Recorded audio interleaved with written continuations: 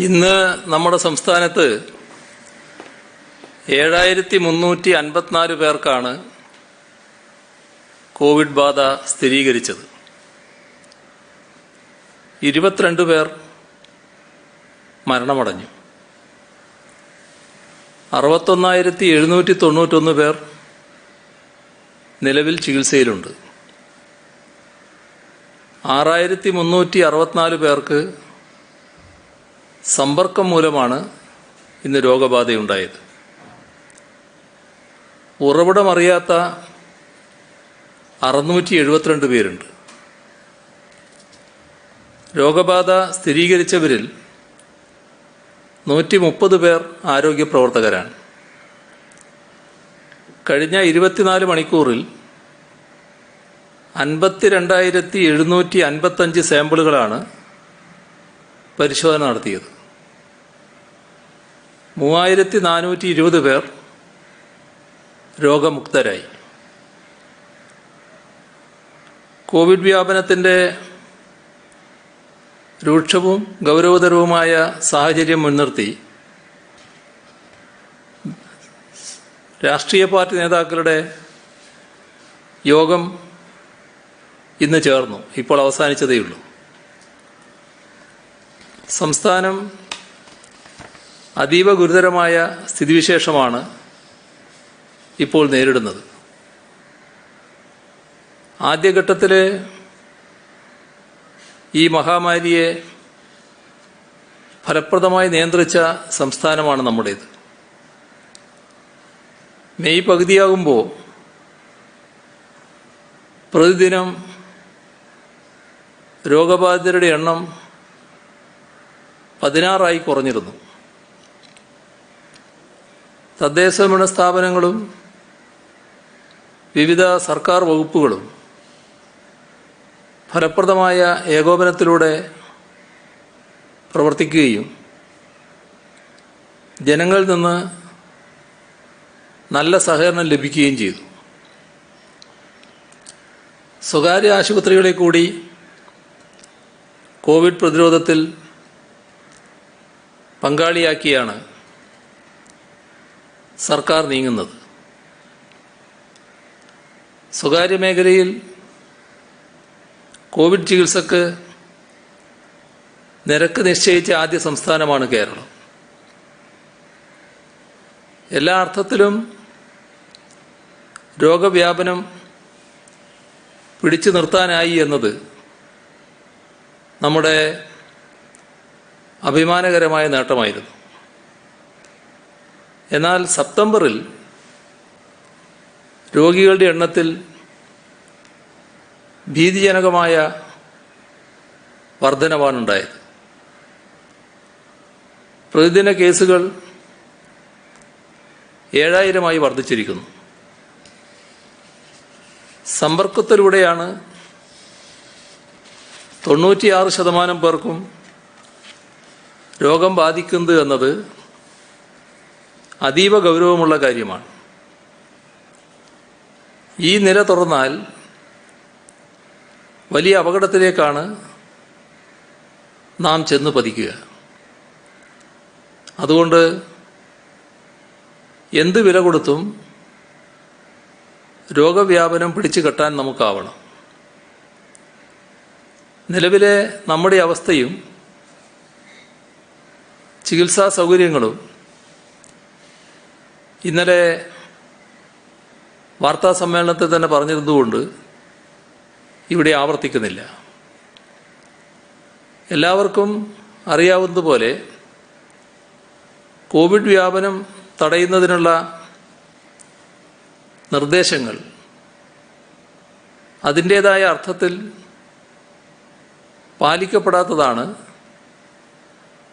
ഇന്നത്തെ അവസ്ഥയ്ക്ക് പ്രധാന കാരണം. നിയന്ത്രണങ്ങൾ കർശനമായി പാലിക്കപ്പെടണം. സർക്കാർ സംവിധാനങ്ങൾ അതിനുവേണ്ടി സാധ്യമായ എല്ലാ നടപടിയും സ്വീകരിക്കും. അതോടൊപ്പം പ്രാദേശിക തലത്തിൽ രാഷ്ട്രീയ പാർട്ടികളുടെ നല്ല ഇടപെടലും ഉണ്ടാവണം. സമരങ്ങളും പ്രക്ഷോഭങ്ങളുമൊക്കെ ജനാധിപത്യ സംവിധാനത്തിൽ സ്വാഭാവികമാണ്. പക്ഷെ ഇവയെല്ലാം ആരോഗ്യപരിപാലന മാർഗനിർദ്ദേശങ്ങൾക്ക് വിധേയമായിരിക്കണം. ഇന്ന് നാം നേരിടുന്ന സാഹചര്യത്തിൻ്റെ ഗുരുതര സ്വഭാവം കണക്കിലെടുത്ത് സമരങ്ങളുടെ കാര്യത്തിലും നിയന്ത്രണങ്ങൾ ആവശ്യമായി വരും. ആൾക്കൂട്ടങ്ങൾ ഒഴിവാക്കിയേ പറ്റൂ. ഇക്കാര്യത്തിൽ സഹകരിക്കണമെന്നാണ് എല്ലാ രാഷ്ട്രീയ കക്ഷികളോടും അഭ്യർത്ഥിച്ചത്. ലോക്ക്ഡൗണിന് ശേഷം രാജ്യത്താകെ വിവിധ മേഖലകൾ തുറന്നു പ്രവർത്തിക്കുകയാണ്. അസംഘടിത മേഖലയിൽ പ്രവർത്തിക്കുന്നവരുടെ ജീവിതം മുന്നോട്ട് കൊണ്ടുപോകുന്നതിന് ഇതാവശ്യമാണ്. കമ്പോളങ്ങളിലും റീറ്റെയിൽ വ്യാപാര സ്ഥാപനങ്ങളിലും ആദ്യഘട്ടത്തിലുണ്ടായിരുന്ന ജാഗ്രതയ്ക്ക് നല്ല കുറവുണ്ടായതായി കാണുന്നു. ഇതിൻ്റെ ദൂഷ്യഫലം പ്രത്യക്ഷത്തിൽ കാണുന്നുമുണ്ട്.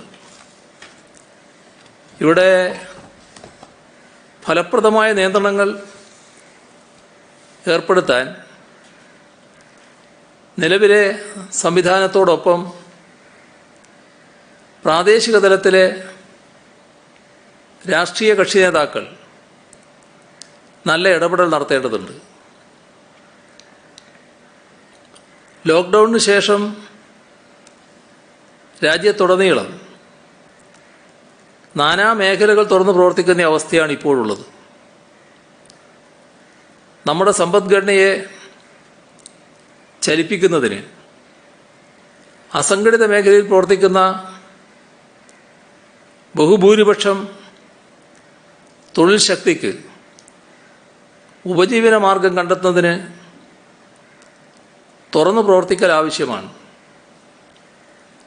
അതോടൊപ്പം തന്നെ കോവിഡ് പ്രോട്ടോകോൾ പാലിക്കലും പരമപ്രധാനമാണ്. ഇതിൽ വീഴ്ചകളുണ്ടാകാതെ ശ്രദ്ധിക്കാൻ, നേതൃത്വപരമായ പങ്കുവഹിക്കാൻ എല്ലാ കക്ഷികളോടും അഭ്യർത്ഥിച്ചു. നാളിതുവരെ കോവിഡ് പ്രതിരോധ പ്രവർത്തനങ്ങളിൽ പൊതുവെ നല്ല പിന്തുണയാണ് എല്ലാ വിഭാഗം ജനങ്ങളിൽ നിന്നും ലഭിച്ചിട്ടുള്ളത്. ചില ഘട്ടങ്ങളിൽ സങ്കുചിത താൽപ്പര്യങ്ങൾ നാം പൊതുവായി നേരിടുന്ന ഭീഷണിയെ അവഗണിച്ചു പൊന്തി വന്നിട്ടുണ്ട്. രോഗവ്യാപനം വലിയൊരു ഭീഷണിയായി പത്തിവിറത്തുമ്പോൾ ഇത്തരം പ്രവണതകൾ ഇനിയൊരിക്കലും ഉണ്ടാകാതിരിക്കാൻ എല്ലാവരും പ്രതിജ്ഞാബദ്ധരാവണം. തുറന്നുള്ള ദിവസങ്ങളിൽ സ്ഥിതി അതിസങ്കീർണമാകാൻ സാധ്യതയുണ്ട്. ഇത് നാം തടഞ്ഞേ തീരും. ഈ പ്രതിസന്ധി തരണം ചെയ്യാൻ എല്ലാവരുടെയും അകമഴിഞ്ഞ സഹകരണവും പിന്തുണയുമാണ് സർവകക്ഷി യോഗത്തിൽ അഭ്യർത്ഥിച്ചത്. നിലവിലുള്ള സാഹചര്യത്തിൻ്റെ ഗൗരവം ഉൾക്കൊണ്ടുകൊണ്ടുള്ള പ്രവർത്തനം എല്ലാ ഭാഗത്തു നിന്നും ഉണ്ടാകണമെന്ന് അഭ്യർത്ഥിച്ചു. ഈ നിലക്ക് അണികളെ ജാഗ്രതപ്പെടുത്താൻ ഓരോ രാഷ്ട്രീയ പാർട്ടിയുടെയും നേതൃത്വം തയ്യാറാവണം. നാടിനെയും ജനങ്ങളെയും മുൻനിർത്തിയുള്ള ഉത്തരവാദിത്തപൂർണമായ രാഷ്ട്രീയ പ്രവർത്തനമേ ഏത് ഭാഗത്തു നിന്നും ഉണ്ടാകൂ എന്ന് ഉറപ്പുവരുത്താൻ ഒരുമിച്ച് നീങ്ങണം എന്ന അഭ്യർത്ഥന എല്ലാ ഭാഗത്തു നിന്നും സ്വീകരിക്കപ്പെട്ടു. ഇതിൻ്റെ എല്ലാം ഫലമായി വിശദമായ ചർച്ചയാണ് നടന്നത്. എല്ലാ കക്ഷികളും പൊതുവെ ചില കാര്യങ്ങളിൽ യോജിക്കുകയുണ്ടായി. അതിൽ കോവിഡ് വ്യാപനം തടയുന്നതിന് ഒറ്റക്കെട്ടായി നീങ്ങണമെന്ന് സർവകക്ഷി യോഗം തീരുമാനിച്ചു. അതോടൊപ്പം തന്നെ ഏകീകൃതമായ രീതിയിൽ കോവിഡിനെ പ്രതിരോധിക്കണമെന്ന കാര്യത്തിലും അതിന് കോവിഡ് മാനദണ്ഡം പാലിക്കണമെന്ന കാര്യത്തിലും എല്ലാവർക്കും യോജിപ്പുണ്ടായി.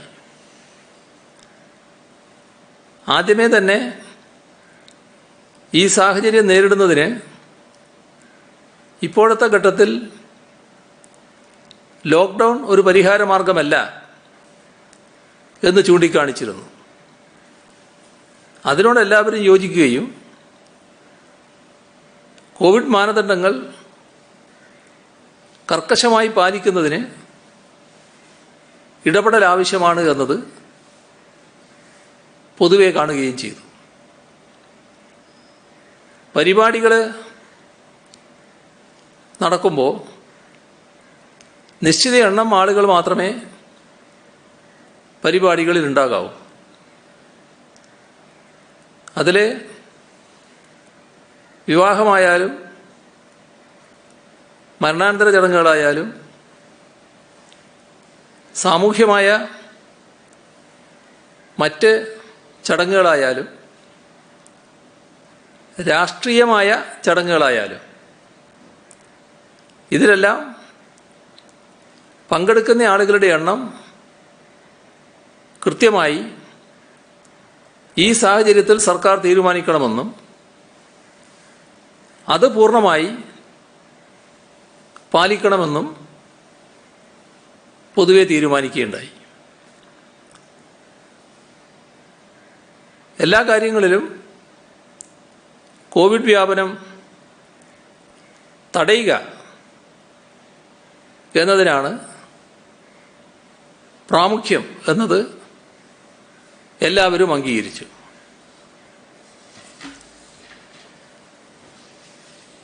ഇന്നത്തെ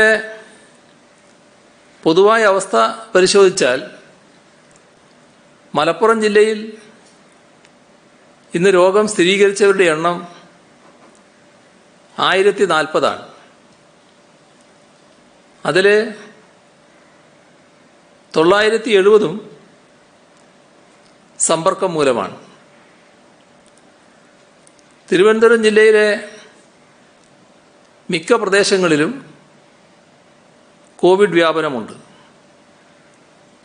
ഇന്ന് 935 പേർക്കാണ് സ്ഥിരീകരിച്ചത്. കഴിഞ്ഞ ഒരാഴ്ചക്കിടെ 988 പേർക്കാണ് ഉറവിടം വ്യക്തമല്ലാതെ രോഗം ബാധിച്ചത്.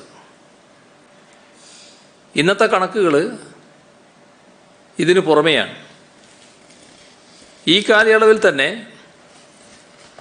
15 വയസ്സിന് താഴെയുള്ള 567 കുട്ടികൾ, 60 വയസ്സിന് മുകളിലുള്ള 786 പേർ ഇവർക്ക് കോവിഡ് ബാധിച്ചിട്ടുണ്ട്. കോവിഡ് നിയന്ത്രണങ്ങളിൽ ഇളവുകൾ ദുരുപയോഗം ചെയ്യപ്പെടുന്ന പ്രവണത ജില്ലയിലെ പല ഭാഗത്തും കാണാനുണ്ട്. പത്തനംതിട്ട ജില്ലയിൽ 12 ആക്റ്റീവ് ക്ലസ്റ്ററുകളാണുള്ളത്. റാന്നി ഉദിമൂട്ടിലെ അതിഥിത്തൊഴിലാളികളുടെ ക്യാമ്പ് കേന്ദ്രീകരിച്ച് ഒരു ലിമിറ്റഡ് കമ്മ്യൂണിറ്റി ക്ലസ്റ്റർ പുതുതായി രൂപപ്പെട്ടു. ലോക്ക്ഡൗൺ ഇളവുകൾക്ക് ശേഷം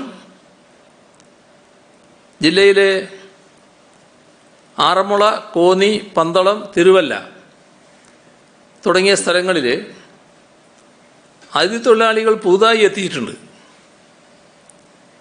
കഴിഞ്ഞ ദിവസം ആറന്മുളയിൽ ജോലി ചെയ്തുകൊണ്ടിരുന്ന അതിഥി തൊഴിലാളിക്ക് രോഗം സ്ഥിരീകരിച്ചതിനെ തുടർന്ന് ഇദ്ദേഹത്തെ കൊണ്ടുവന്ന കരാറുകാരൻ തൊഴിൽ സ്ഥലത്ത് ഉപേക്ഷിച്ചിരുന്നു. ഈ അതിഥി തൊഴിലാളിയെ ആരോഗ്യവകുപ്പ് ഇടപെട്ട് ആംബുലൻസിൽ ട്രീറ്റ്മെൻറ്റ് സെൻ്ററിലേക്ക് മാറ്റി. അതിഥി തൊഴിലാളികളെ കൊണ്ടുവന്ന് ജോലി ചെയ്യിക്കുന്ന കരാറുകാർ തൊഴിലാളികൾക്ക് ക്വാറന്റീൻ സൗകര്യം ഉൾപ്പെടെ ഒരുക്കുന്നതിൽ സർക്കാർ നിർദ്ദേശം കർശനമായി പാലിക്കണം. ജില്ലാ ഭരണ സംവിധാനം ഇക്കാര്യത്തിൽ ഫലപ്രദമായി ഇടപെടുകയും വേണം.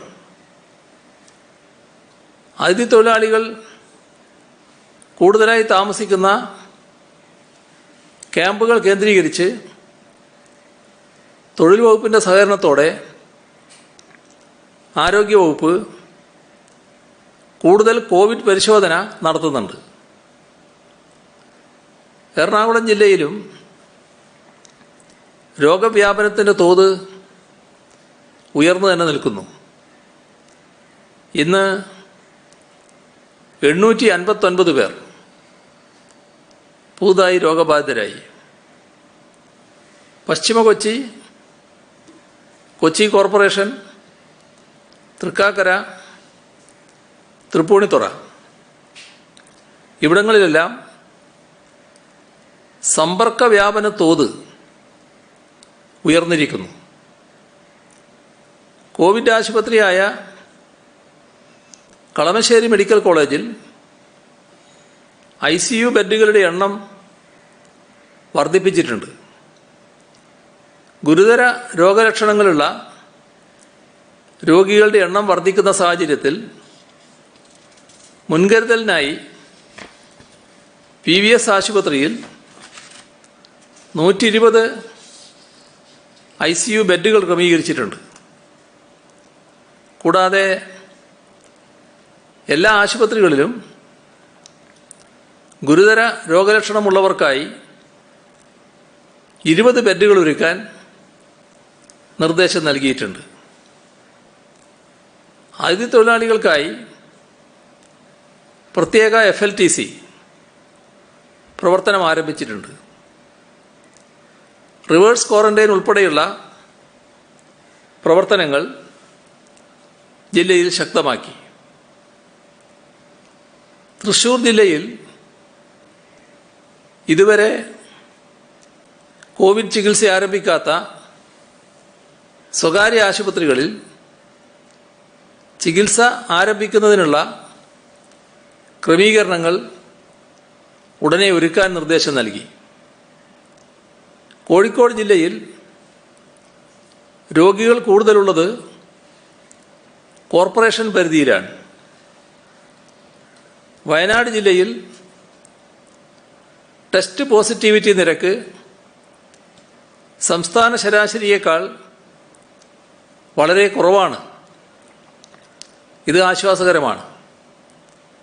3.76 നിലവിലെ ടെസ്റ്റ് പോസിറ്റിവിറ്റി നിരക്ക്.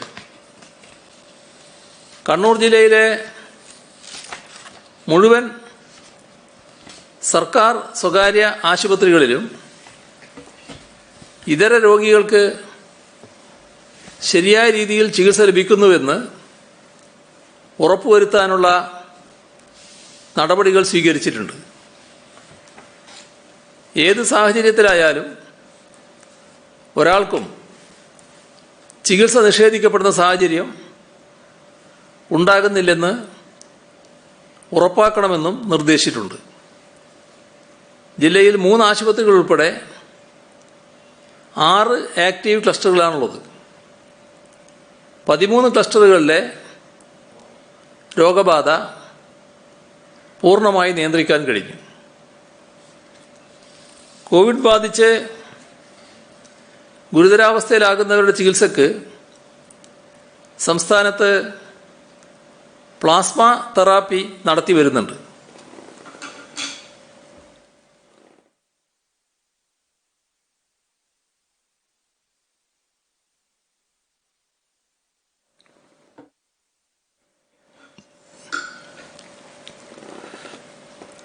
ഇതിനാവശ്യമായ പ്ലാസ്മയുടെ ലഭ്യത ഉറപ്പാക്കുന്നതിന് രോഗമുക്തരായവരുടെ സഹകരണം ആവശ്യമാണ്.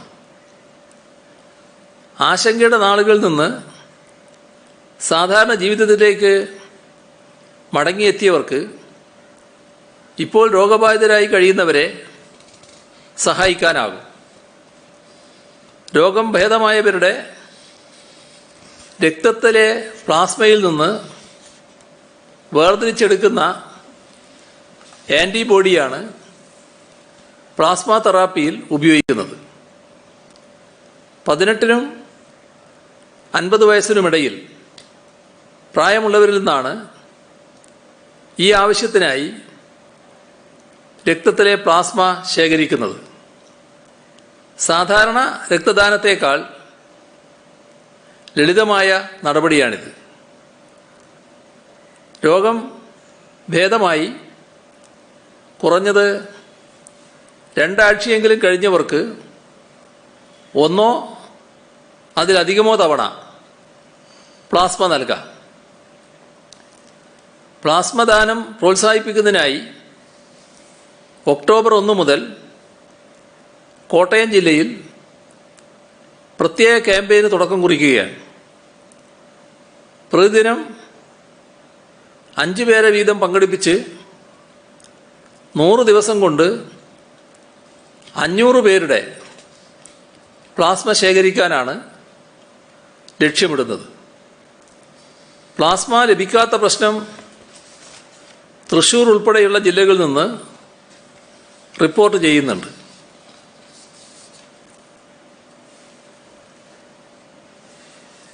ലൈഫ് പദ്ധതിയുടെ 1ാം ഘട്ടത്തിൽ ഉൾപ്പെടാതിരിക്കുകയും മുൻകാല ഭവന പദ്ധതികളിൽ സഹായം ലഭിച്ചെങ്കിലും നിർമ്മാണം പൂർത്തീകരിക്കാൻ കഴിയാതിരുന്നതുമായ പട്ടികജാതിക്കാരുടെ ഭവനങ്ങൾ വാസയോഗ്യമാക്കുന്നതിന് ധനസഹായം നൽകും.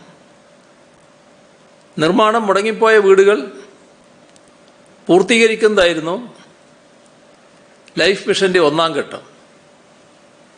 മുൻ ഭവന പദ്ധതികളിൽ മുഴുവൻ ധനസഹായവും കൈപ്പറ്റാത്ത കുടുംബങ്ങളെയാണ് ലൈഫ് മിഷന്റെ 1ാം ഘട്ടത്തിൽ പരിഗണിച്ചത്.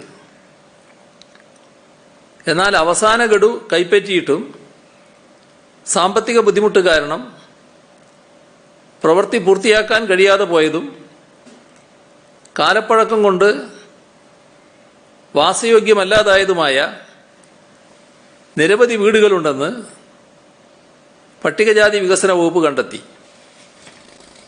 അതിൻ്റെ അടിസ്ഥാനത്തിൽ 10,000 പട്ടികജാതി കുടുംബങ്ങൾക്ക് അവരുടെ വാസയോഗ്യമല്ലാത്ത വീടുകൾ വാസയോഗ്യമാക്കുന്നതിന് റഫ് കോസ്റ്റ് എസ്റ്റിമേറ്റിൻ്റെ അടിസ്ഥാനത്തിൽ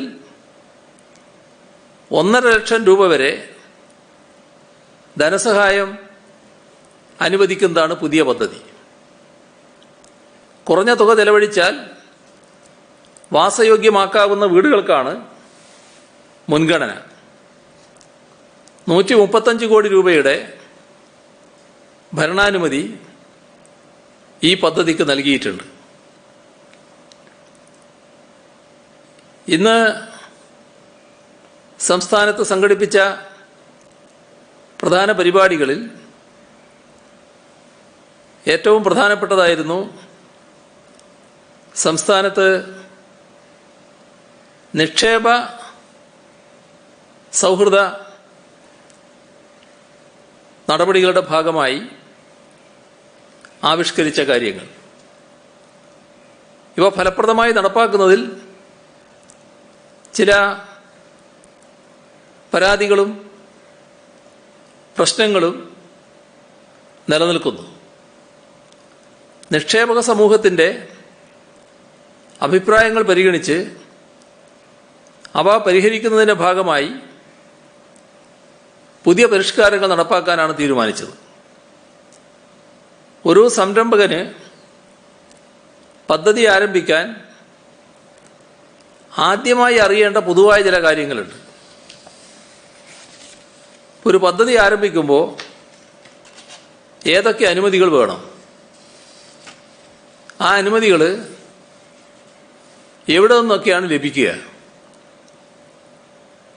ഇതിനാവശ്യമായ ധനസഹായം എവിടെ നിന്നൊക്കെ ലഭിക്കും, അടിസ്ഥാന സൗകര്യങ്ങൾ എവിടെയെല്ലാം നിലവിലുണ്ട്, ഇത്രയെല്ലാം കാര്യങ്ങളാണ് നിക്ഷേപത്തിനൊരുങ്ങുന്നവർ പതിവായി ചോദിക്കുന്നതിനത്. ഈ വിവരങ്ങൾ ലഭ്യമാക്കാൻ ഒരു ടോൾ ഫ്രീ സംവിധാനം ഏർപ്പെടുത്തുകയാണ്. സംരംഭകരുടെ സംശയങ്ങൾക്ക് മറുപടി നൽകലാണ് ലക്ഷ്യം. രണ്ടാമതായി, വ്യവസായ അനുമതികൾ ലഭ്യമാക്കാൻ ഏർപ്പെടുത്തിയ ഓൺലൈൻ ഏകജാലക സംവിധാനമായ K-SWIFTന്റെ പരിഷ്കരിച്ച പതിപ്പ് അവതരിപ്പിക്കുകയാണ്. K-SWIFT 2.0 എന്നാണ് ഈ പതിപ്പിനെ വിശേഷിപ്പിക്കുന്നത്. നിലവിൽ ലൈസൻസുകളും അനുമതികളും K-SWIFT വഴി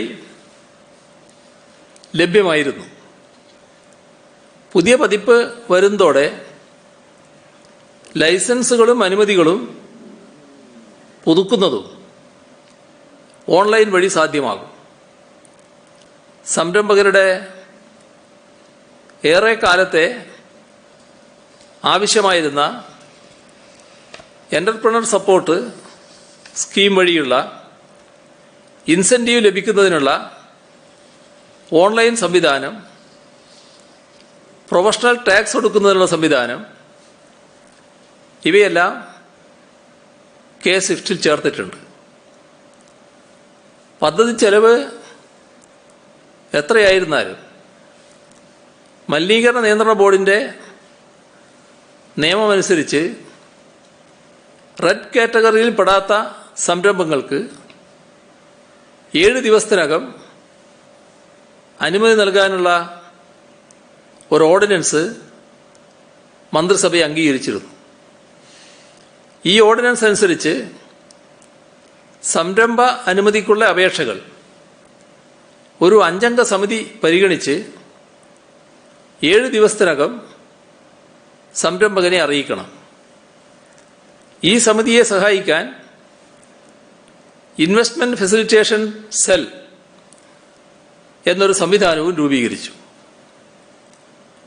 സംരംഭകർക്ക് വേണ്ട സഹായങ്ങൾ ചെയ്തു കൊടുക്കാനും കോൾ സെന്റർ വഴി പരിഹരിക്കപ്പെടാത്ത സംശയങ്ങൾക്ക് നിവാരണമുണ്ടാക്കാനും ഈ സെൽ സഹായകമാകും. നാലാമതായി, ഇൻവെസ്റ്റ് കണക്ട് എന്ന പേരിൽ വ്യവസായവുമായി ബന്ധപ്പെട്ട പുതിയ സംരംഭങ്ങൾ, നയപരമായ തീരുമാനങ്ങൾ, സർക്കാരിൻ്റെ പുതിയ പദ്ധതികൾ,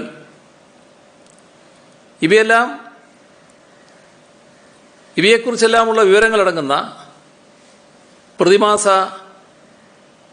ന്യൂസ് ലെറ്ററും ഇന്ന് ആരംഭിച്ചു. ഇതോടൊപ്പം ചില പ്രവർത്തികളുടെ നിർമ്മാണോദ്ഘാടനം,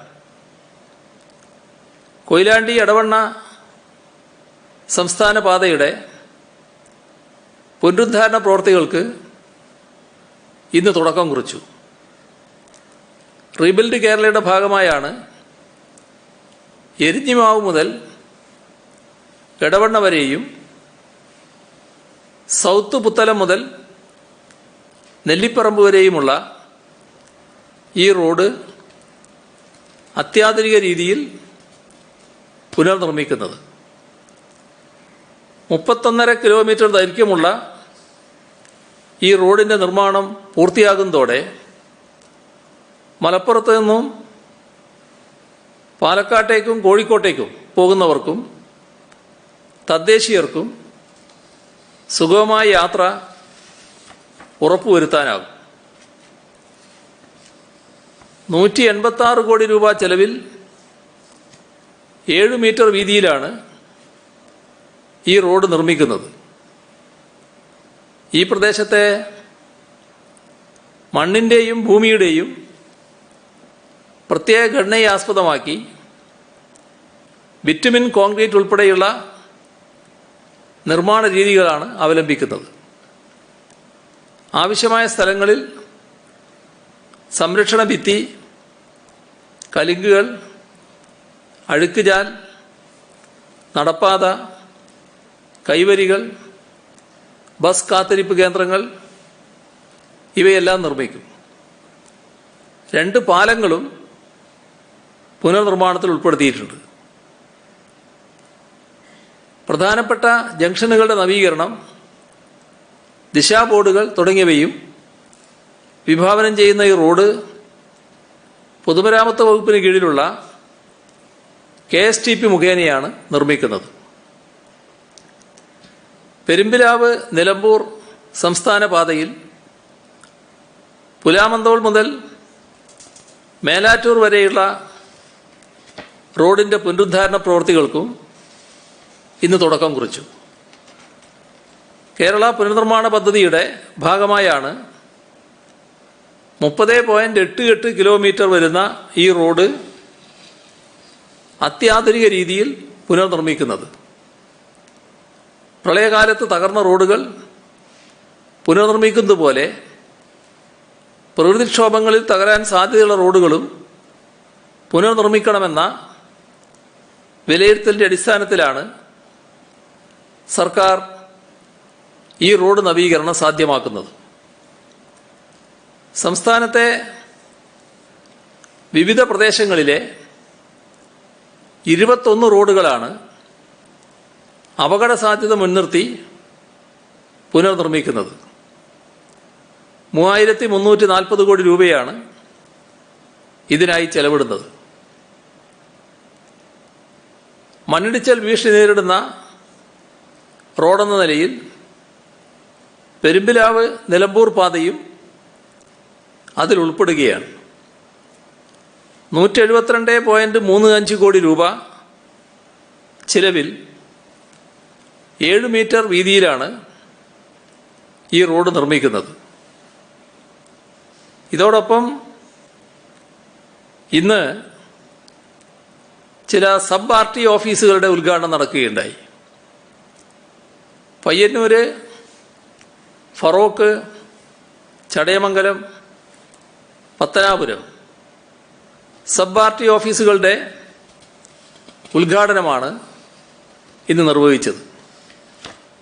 മൊത്തം 67 സബ് RT ഓഫീസുകളാണ് ഇപ്പോൾ സംസ്ഥാനത്തുള്ളത്. ഈ സർക്കാർ അധികാരത്തിൽ വന്ന ശേഷം പുതിയതായി 12 RT ഓഫീസുകൾ ആരംഭിച്ചു. ഡ്രൈവിംഗ് ലൈസൻസ്, വാഹന രജിസ്ട്രേഷൻ സർട്ടിഫിക്കറ്റ് തുടങ്ങിയ രേഖകൾ പോളികാർബണേറ്റ് കാർഡ് അധിഷ്ഠിത സർട്ടിഫിക്കറ്റുകളായി നൽകുന്നതിന് ഉടൻ നടപടിയുണ്ടാകും. കേന്ദ്രീകൃത ഓൺലൈൻ വാഹന പരിശോധനാ സംവിധാനവും അവസാന ഘട്ടത്തിലാണ്. ചെക്ക് പോസ്റ്റുകളിൽ ചരക്ക് വാഹനങ്ങൾ പ്രത്യേകം നിരീക്ഷിക്കുന്നതിനുള്ള RFID സംവിധാനവും സ്റ്റേജ് ഗാരേജുകളെ നിരീക്ഷിക്കുന്നതിന് GPS ട്രാക്കിംഗ് സംവിധാനവും ഏർപ്പെടുത്താനുള്ള നടപടികൾ അതിവേഗം ഒരു താലൂക്കിൽ മോട്ടോർ വാഹന വകുപ്പിൻ്റെ ഒരു ഓഫീസെങ്കിലും ഉണ്ടാവുക എന്നതുമാണ് സർക്കാരിൻ്റെ കാഴ്ചപ്പാട്.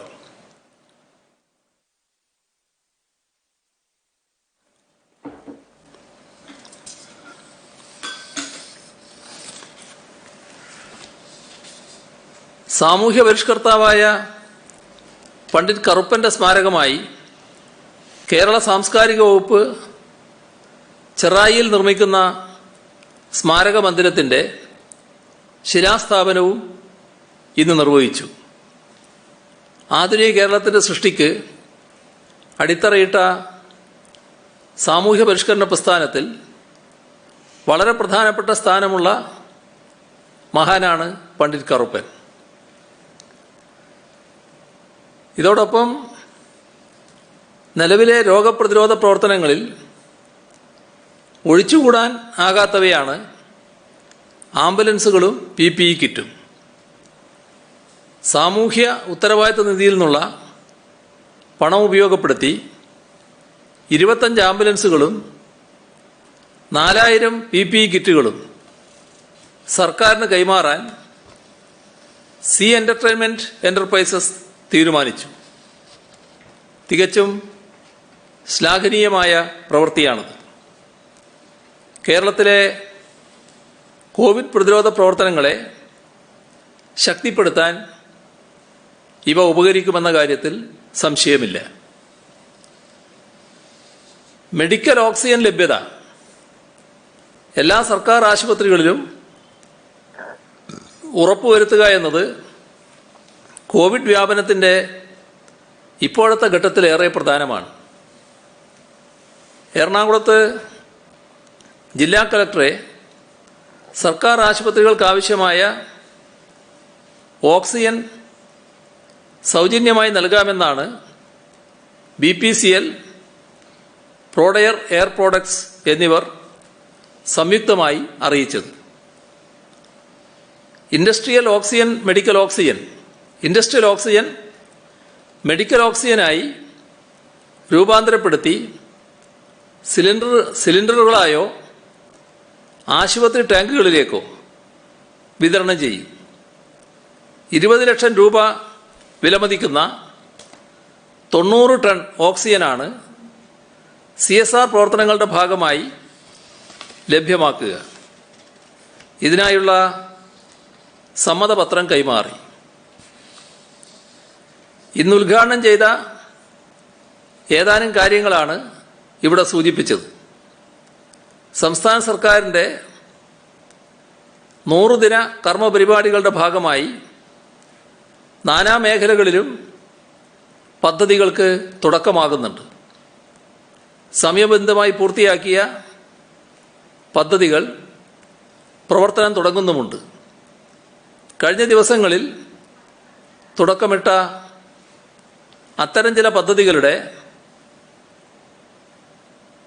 സംക്ഷിപ്ത വിവരണം, അതിൻ്റെ ചിത്രീകരണം ഇവിടെ ജനങ്ങൾക്ക് മുൻപാകെ അവതരിപ്പിക്കാൻ ഉദ്ദേശിക്കുകയാണ്.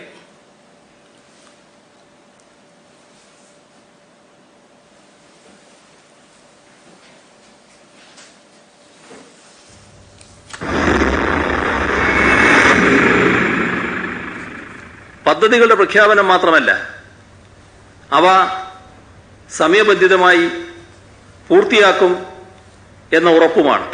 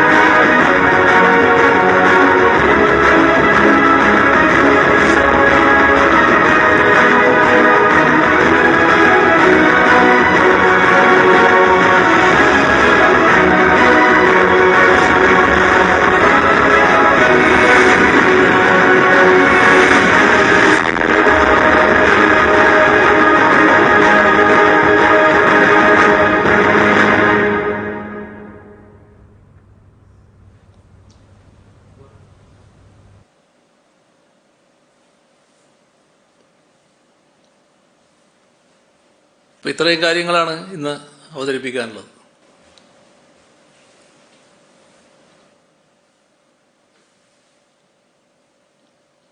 ഇപ്പൊ ഈ പ്രതിസന്ധി നിൽക്കുകയാണല്ലോ, അപ്പം നമ്മുടെ ഈ ആശുപത്രികളിലെ ഈ ICU ബെഡുകൾ, അതുപോലെ തന്നെ വെന്റിലേറ്ററുകൾ, ഇതിന്റെയൊക്കെ ഒരു ലഭ്യത, അതിന്റെ കണക്കുണ്ടോ? അപ്പം ഇനി ആശങ്കപ്പെടുന്ന ദിവസങ്ങളായി വരുന്നതെന്ന് പറയുമ്പോൾ അത്തരം കാര്യങ്ങൾ എന്തെങ്കിലും കണക്ക് പറയാൻ പറ്റുമോ? അതിൽ കണക്കുകളുണ്ട്, പക്ഷെ ഇപ്പോൾ എൻ്റെ കയ്യിലില്ല എന്ന് മാത്രമേ ഉള്ളൂ. ഇതിൽ ആശങ്കപ്പെടേണ്ട ഒരവസ്ഥയിലേക്ക് നമ്മൾ ഇപ്പോൾ എത്തിയിട്ടില്ല. എന്നാൽ നാം കാണേണ്ട ചില യാഥാർത്ഥ്യങ്ങളുണ്ട്. ഇപ്പോൾ നമ്മുടെ ആരോഗ്യ സംവിധാനം ഏത് സംസ്ഥാനവുമായി താരതമ്യപ്പെടുത്തിയാലും മെച്ചപ്പെട്ടതാണ്.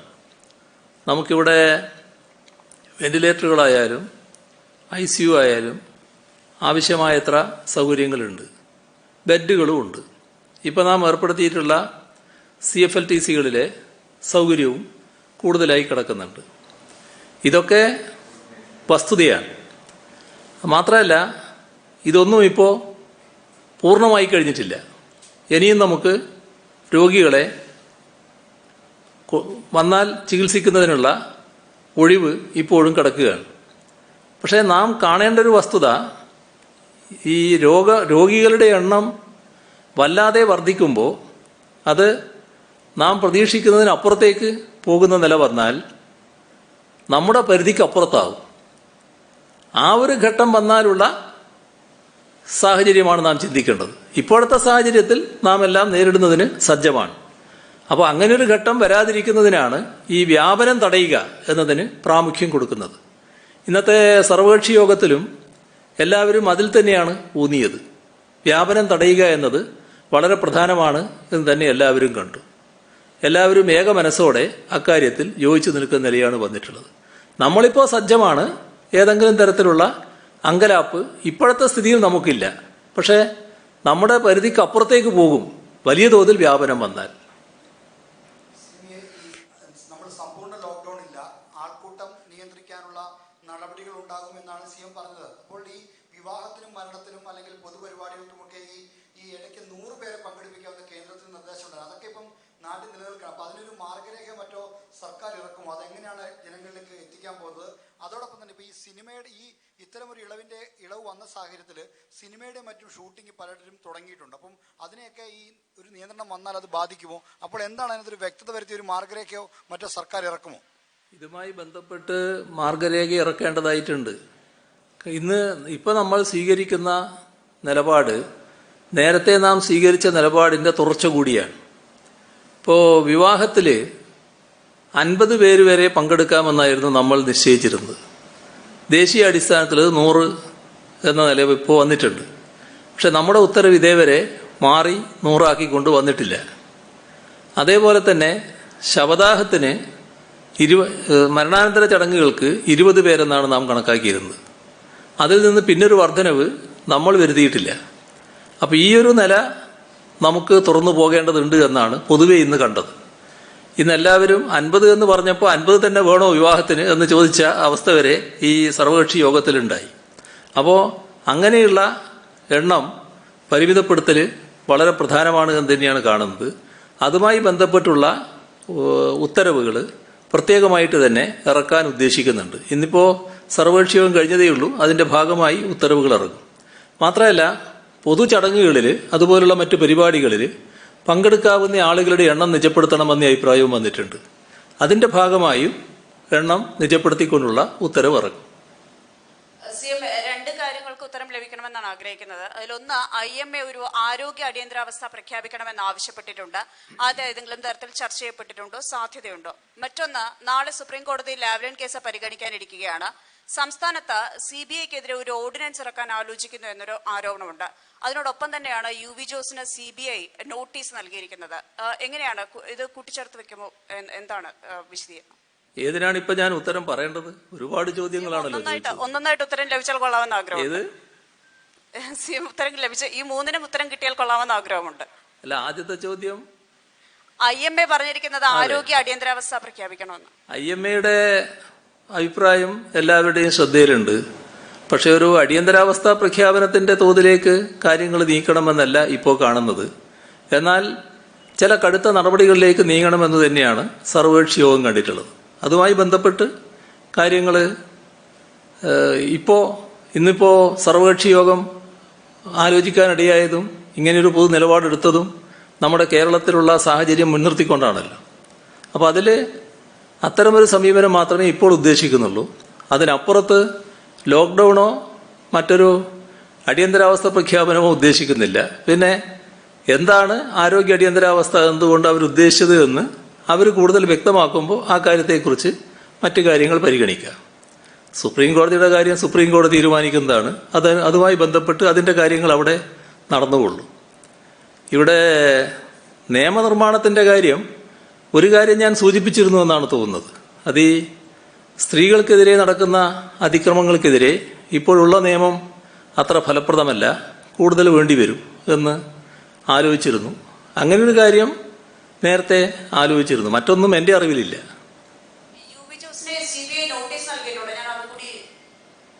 അല്ല, CBIയുടെ പണിയെടുക്കട്ടെ.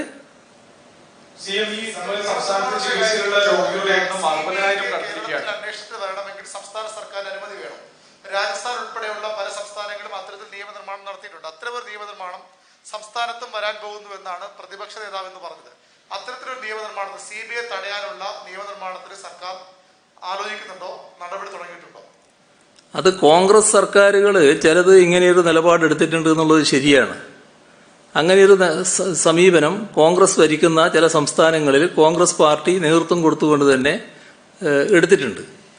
ഞങ്ങൾ ഇതേവരെ അത്തരമൊരു കാര്യവും ആലോചിച്ചിട്ടില്ല. അതാണ് ഞാൻ പറഞ്ഞത്. നമ്മുടെ സംസ്ഥാനത്ത് ചികിത്സയിലുള്ള രോഗികളുടെ എണ്ണം 60,000 കടന്നിരിക്കുകയാണ്. ഇപ്പം ഈ ചികിത്സാ പ്രോട്ടോകോൾ സംബന്ധിച്ച് നമ്മളിപ്പോൾ ആന്റിജൻ പരിശോധന നടത്തി നെഗറ്റീവായാൽ മാത്രമാണ് ഡിസ്ചാർജ് ചെയ്യുന്നത്. ഇപ്പം അതിൽ ഉയരുന്ന ഒരു നിർദ്ദേശം, കേന്ദ്ര മാർഗനിർദ്ദേശം അനുസരിച്ച് 10 ദിവസത്തിന് ശേഷം ഒരാൾ വ്യാപനം ഉണ്ടാക്കുന്നില്ല എന്നത് കണക്കാക്കി ടെസ്റ്റ് കൂടാതെ തന്നെ ഡിസ്ചാർജ് ചെയ്യാമെന്നൊരു നിർദ്ദേശം വരുന്നുണ്ട്. നമ്മൾ ഈ ഡിസ്ചാർജ് പ്രോട്ടോകോൾ പരിഷ്കരിക്കുന്നതിനെ കുറിച്ച് ആലോചിക്കുന്നുണ്ടോ? ഒന്നുകൂടി ലഘൂകരിക്കാൻ ഉദ്ദേശിക്കുന്നുണ്ടോ? ഇതുമായി ബന്ധപ്പെട്ട് നേരത്തെ മുതലേ പരിശോധന ആലോചിച്ചതാണ് ഞങ്ങൾ. ഈ പരിശോധന ഇല്ലാതെ ദിവസം കണക്കാക്കി വിടാം, പരിശോധന അടിസ്ഥാനമാക്കേണ്ടതില്ല എന്നൊരു നിലപാടെടുത്താൽ അത് നമ്മുടെ സമൂഹത്തിൽ ഒരു വല്ലാത്ത തെറ്റിദ്ധാരണ ഉണ്ടാക്കാനിടയുണ്ട്. അപ്പം ഇന്നത്തെ സാഹചര്യത്തിൽ നമുക്ക് നേരത്തെ നിശ്ചയിച്ച രീതിയിൽ തന്നെ പോകാം. പിന്നെ ഒരു വല്ലാത്ത സാഹചര്യം വരികയാണ്, അപ്പോൾ ദിവസമൊക്കെ കണക്കാക്കി വിടേണ്ട ഒരു അവസ്ഥ വരുന്നുണ്ടെങ്കിൽ അപ്പം നമുക്ക് കാര്യങ്ങൾ ആലോചിക്കുക എന്നുള്ളത് മാത്രമേ ഉള്ളൂ. ഇന്നത്തെ നിലയിൽ നമ്മുടെ കയ്യിൽ ഒതുങ്ങുന്ന നില തന്നെയാണുള്ളത്. അതുമായി ബന്ധപ്പെട്ട് മറ്റൊരു തീരുമാനത്തിലേക്ക് ഇപ്പം നീങ്ങുന്നില്ല. ഈ തിരുവനന്തപുരത്ത് ഈ തീരദേശ മേഖലയിൽ, അതായത് മുതലപ്പുഴി മുതൽ വടക്കോട്ട് ഈ അഞ്ചുതെങ്ങ്, മാമ്പള്ളി അങ്ങനെയുള്ള പ്രദേശങ്ങളിലേണ്ട കിലോമീറ്ററുകളോളം തീരദേശത്തെ വീടുകൾ നമ്മൾ ഈ ഭൂകമ്പത്തിലൊക്കെ തകർന്നു കിടക്കുന്ന പോലെ ഒരു 6 വരി വീടുകൾ തകർന്നു കിടക്കുകയാണ്. അപ്പോൾ ആ വീടുകളിൽ താമസിച്ചവർക്ക് ഇപ്പോൾ ഇതുപോലെ ക്യാമ്പുകളില്ല. കോവിഡിന്റെ പശ്ചാത്തലത്തിൽ താമസിക്കാൻ സ്ഥലമില്ല, വാടക വീട് അന്വേഷിക്കുന്നു. തിങ്ങി ഞെരുങ്ങിയുള്ള ജീവിത സാഹചര്യം. അതുപോലെ തന്നെ മറുവശത്ത് കടലാക്രമണം. കഴിഞ്ഞ 1 മാസത്തിനിടയിൽ 6 പേര് അവിടെ മരിച്ചു. എന്നുവെച്ചാൽ അവരുടെ തീരത്ത് തന്നെ അടുക്കുന്ന സംവിധാനമാണ്, മുതലപ്പുഴി വഴിയല്ല. അപ്പോൾ അത് ഈ മരണം വരുമ്പോൾ മാത്രമാണ് മാധ്യമ ശ്രദ്ധ പതിയുകയും പുറത്തറിയുകയും ചെയ്യുന്നത്. അപ്പോൾ അങ്ങനെ 6ഓളം ആൾക്കാർ മരിച്ചിട്ടുണ്ട്. അതിനു പുറമെ മറ്റൊന്നുള്ള ഈ ലോക്ക്ഡൌൺ കാലത്ത് 6 മാസം കൊണ്ട് ഈ മത്സ്യ മേഖലയിലെ സ്ത്രീകളുടെ ഉപജീവനം, ഈ മത്സ്യം വിൽക്കുന്ന സ്ത്രീകൾ അവരുടെ ഉപജീവനം മത്സ്യം വിൽക്കുന്നതാണ്. അപ്പോൾ ആ മേഖലയിൽ മറ്റുള്ളവർ ഒരുപാട് ഈ ഫിഷ് സ്റ്റാളുകളായാലും ഈ ഓട്ടോ ഓടിക്കുന്നവരായാലും ട്രാവൽസ് അങ്ങനെ ഒരുപാട് പേര് ഈ ബിസിനസ്സിലേക്ക് കടന്നു വരികയും ഇവരുടെ ഈ തൊഴിൽ രംഗത്ത് നിന്ന് ഈ സ്ത്രീകൾ പുറത്താവുകയും ചെയ്തു. ഇവരെ മാർക്കറ്റിൽ വിൽക്കാൻ അനുവദിക്കുന്നില്ല. തീരത്ത് നിന്ന് മത്സ്യം വാങ്ങിക്കൊണ്ടു വന്നാൽ അതിലെന്തോ കൊറോണ ഉണ്ട് എന്നുള്ള രീതി പറയുകയും അവർ 6 മാസത്തോളമായി ഇപ്പോൾ അവരുടെ ഉപജീവനമില്ലാതെ പട്ടിണിയിലും വേറെ ഒരു വല്ലാത്ത ഒരു അവസ്ഥയിലാണ്. അപ്പോൾ ഇത് മാധ്യമ ശ്രദ്ധയും പതിഞ്ഞിട്ടില്ല. അതുപോലെ തന്നെ സർക്കാർ ഈ തീരമേഖലയിലായതുകൊണ്ട് പലരും അങ്ങോട്ട് തിരിഞ്ഞു നോക്കാത്ത ഒരു സാഹചര്യമുണ്ട്. വളരെ ഗുരുതരമായ ഒരു അവസ്ഥയാണ്. അത് നേരിട്ട് കണ്ടതുകൊണ്ടാണ് അത് പറയുന്നത്. ഇത് സർക്കാരിൻ്റെ ശ്രദ്ധയിലില്ല എന്ന് പറയുന്നത് ശരിയല്ല. കാരണം നാം എടുത്തിട്ടുള്ളൊരു പൊതുവായ നിലപാട് ഈ കടലുമായി തൊട്ട് താമസിക്കുന്നവരാണ് മത്സ്യത്തൊഴിലാളികൾ. അതുമായി ബന്ധപ്പെട്ട് പലപ്പോഴും കടലാക്രമണത്തിനും മറ്റും അവരിരയാകുന്നുണ്ട്. അപ്പോൾ അവരെ അല്പം അകലെയുള്ള എന്നാൽ കടൽ സാമീപ്യം തന്നെയുള്ള തരത്തിൽ കടലിൻ്റെ ആക്രമണം പെട്ടെന്ന് ഏൽക്കാത്ത തരത്തിലുള്ള സ്ഥലത്ത് വീട് പുതുതായിട്ട് നിർമ്മിക്കുക, അതിനാവശ്യമായ സഹായം ചെയ്യുക. അത്തരമൊരു പദ്ധതി തന്നെ സർക്കാരിനുണ്ട്. അവർക്ക് സ്ഥലം കണ്ടെത്തി വീട് നിർമ്മിക്കുന്നതിന് ആവശ്യമായ സഹായം ചെയ്യാനുള്ളത്. ആ പദ്ധതി അനുസരിച്ച് പലരും വീടിപ്പോൾ നിർമ്മിക്കുന്ന നിലയുണ്ട്. അത് ഫിഷറീസ് വകുപ്പ് ഫലപ്രദമായി തന്നെ ആ പ്രശ്നം കൈകാര്യം ചെയ്തുകൊണ്ടിരിക്കുകയാണ്. മത്സ്യത്തൊഴിലാളികൾ വലിയ വലിയ തോതിൽ വിഷമം അനുഭവിക്കുന്നവരാണ് എന്ന് കാണുന്നതിൻ്റെ ഭാഗമായി തന്നെ വിവിധ പദ്ധതികൾ ആ തൊഴിലാളികളെ സംരക്ഷിക്കുന്നതിനു വേണ്ടി സർക്കാർ ആവിഷ്കരിച്ചിട്ടുണ്ട്. അത് ഫലപ്രദമായി നടപ്പാക്കിയിട്ടുമുണ്ട്. അതിൽ മത്സ്യത്തൊഴിലാളി സ്ത്രീകളെ സംബന്ധിച്ചും ഇത്തരത്തിലുള്ള ചില പ്രശ്നങ്ങൾ എങ്ങനെ പരിഹരിക്കാനാകുമെന്നതും സർക്കാർ പരിശോധിച്ചു വരുന്നതാണ്. CBI അന്വേഷണവുമായി ബന്ധപ്പെട്ടുകൊണ്ട് CM ഇന്നലെ പറഞ്ഞിരുന്നത് നിയമപരമായ കാര്യങ്ങൾ സർക്കാർ പരിശോധിക്കും എന്നാണ്. ഇന്നിപ്പോ CM കൂടി പങ്കെടുത്ത LDF യോഗത്തിന് ശേഷം മുന്നണി കൺവീനർ പറഞ്ഞത് CBIയെ കേരളത്തിൽ കയറൂരി വിടാൻ അനുവദിക്കില്ല എന്ന കാര്യവും പറഞ്ഞിരുന്നു. അപ്പൊ ഇതെല്ലാം ഈ CBI അന്വേഷണവുമായി ബന്ധപ്പെട്ടുകൊണ്ട് അവർ സംസ്ഥാനവുമായി പോലും ആലോചിക്കാതെ അല്ലെങ്കിൽ ഈ നേരത്തെ ഉണ്ടായിരുന്ന ഒരു മാനദണ്ഡങ്ങൾ മറികടന്നാണ് ഇപ്പോഴത്തെ ഈ CBI അന്വേഷണം എന്ന അഭിപ്രായമുണ്ടോ CMന്? അക്കാര്യത്തിൽ ഏതെങ്കിലും തരത്തിലുള്ള ഒരു നടപടികൾ CBI അന്വേഷണം തടയുന്നതിനുള്ള എന്തെങ്കിലും നടപടികൾ സംസ്ഥാന സർക്കാരിന്റെ ഭാഗത്തു നിന്നുണ്ടാകുമോ? ഇതുമായി ബന്ധപ്പെട്ട് ഇന്നലെ പറഞ്ഞത് തന്നെയാണ് എനിക്ക് ഇപ്പോഴും പറയാനുള്ളത്. ഈ രാഷ്ട്രീയ പാർട്ടികൾ ഇന്ന് മുന്നണിയൊന്നും കൂടി പറഞ്ഞു. മുന്നണികൾ അതൊക്കെ മുന്നണിയുടേതായ അഭിപ്രായം കാണും. ആ അഭിപ്രായം അവർ രേഖപ്പെടുത്തും. CBIയെ കുറിച്ച് പലരും അഭിപ്രായം രേഖപ്പെടുത്തിയല്ലേ നേരത്തെ. ആ അഭിപ്രായങ്ങളൊക്കെ എല്ലാവരുടെയും മനസ്സിലില്ലേ? അത് വെച്ച് അഭിപ്രായങ്ങൾ രേഖപ്പെടുത്തും. സർക്കാർ നിയമപരമായ പരിശോധനയിലൂടെ മാത്രമേ കാര്യങ്ങൾ പറയാൻ പറ്റൂ. ആ പരിശോധനയ്ക്ക് ശേഷം പറയാമെന്നാണ് ഇന്നലെ ഞാൻ പറഞ്ഞത്. അത് തന്നെയാണ് ഇന്നും പറയാനുള്ളത്. ഇപ്പം ആ പരിശോധന പൂർത്തിയായിട്ടില്ല. ഈ രാഷ്ട്രീയ പാർട്ടികളുടെ സമരത്തിനൊരു കൂച്ചുവിലങ്ങെന്ന് പറഞ്ഞല്ലോ, നിയന്ത്രണം വരുമെന്ന്. പക്ഷെ ഇന്നത്തെ സർവകക്ഷി യോഗത്തിൽ ഓരോ പാർട്ടികളും ഈ വിഷയത്തിൽ സമര വിഷയത്തിൽ എടുത്ത നിലപാട് എന്താണ്? ഒരു സംസ്ഥാന അധ്യക്ഷൻ സമരം നിർത്തില്ല എന്ന് പറഞ്ഞതുകൊണ്ടാണ് ഈ ചോദ്യം വന്നത്. അല്ല, അതില് ഒരു ചെറിയ വ്യത്യാസങ്ങളുണ്ട്. ഈ കോവിഡുമായി ബന്ധപ്പെട്ട കാര്യങ്ങളിൽ ഈ പറയുന്ന മാനദണ്ഡങ്ങളൊക്കെ പാലിക്കണമെന്ന് എല്ലാവർക്കും ഒരേ അഭിപ്രായം തന്നെയുണ്ടായി. എന്നാൽ നമ്മുടെ രാജ്യം ഭരിക്കുന്ന ഗവൺമെന്റ് നേതൃത്വം കൊടുക്കുന്ന BJPയുടെ പ്രതിനിധി ഞങ്ങൾ സമരമൊന്നും നിർത്താൻ പോകുന്നില്ല, അത് കൂടുതൽ ശക്തമായി നടത്തും എന്ന് പറയുകയുണ്ടായി. എന്നാൽ അതോടൊപ്പം തന്നെ അദ്ദേഹം പറഞ്ഞു, ഞങ്ങൾ ആ സമരത്തിൽ കോവിഡ് മാനദണ്ഡങ്ങളെല്ലാം പാലിക്കും. എത്രയാണോ സമരത്തിൽ പങ്കെടുക്കാവുന്നവർ അത്ര ആളുകൾ മാത്രമേ പങ്കെടുക്കൂ. അത് സർക്കാർ നിശ്ചയിക്കുന്ന എണ്ണം, അതിനനുസരിച്ച് ഞങ്ങൾ നിൽക്കും എന്നും പറഞ്ഞു. അപ്പോൾ സമരം, അത് ഞാൻ പറഞ്ഞില്ലേ, ജനാധിപത്യത്തിൽ അതൊരു അവകാശമാണ്, പ്രക്ഷോഭവും സമരവും എന്നത്. അത് തടയാൻ സർക്കാർ ഒരു തരത്തിലും ഉദ്ദേശിക്കുന്നില്ല.